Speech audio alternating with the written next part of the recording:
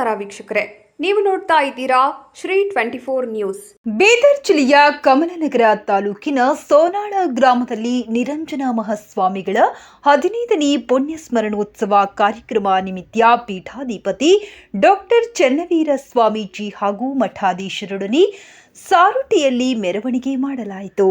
ಮೆರವಣಿಗೆ ಬಸವನಗುಡಿ, ಬಸವೇಶ್ವರ ಚೌಕ, ಬಂಬಗೂಡೇಶ್ವರ ಚೌಕ ಹಾಗೂ ನಿರಂಜನ್ ಸ್ವಾಮಿಗಳ ವೃತ್ತ ಹತ್ತಿರ ಬಂದು ಮೆರವಣಿಗೆ ಸಮಾಪ್ತಿಗೊಂಡಿತು. ಮೆರವಣಿಗೆ ಸಮಯದಲ್ಲಿ ಸುಮಾರು 108 ಕಳಸಗಳನ್ನು ಹೊತ್ತು ಹೆಣ್ಣು ಮಕ್ಕಳು ಮೆರವಣಿಗೆಗೆ ಶೋಭೆ ತಂದರು. ಮೆರವಣಿಗೆಯಲ್ಲಿ ಡೊಳ್ಳು ಕುಣಿತ, ಬಾಜಾ, ಡಿಜೆಗಳ ಹಾಡಿಗೆ ಭಕ್ತರು ಹೆಜ್ಜೆ ಹಾಕುತ್ತಾ ಕುಣಿಯುತ್ತಾ ಸಂಭ್ರಮ ಪಟ್ಟರು.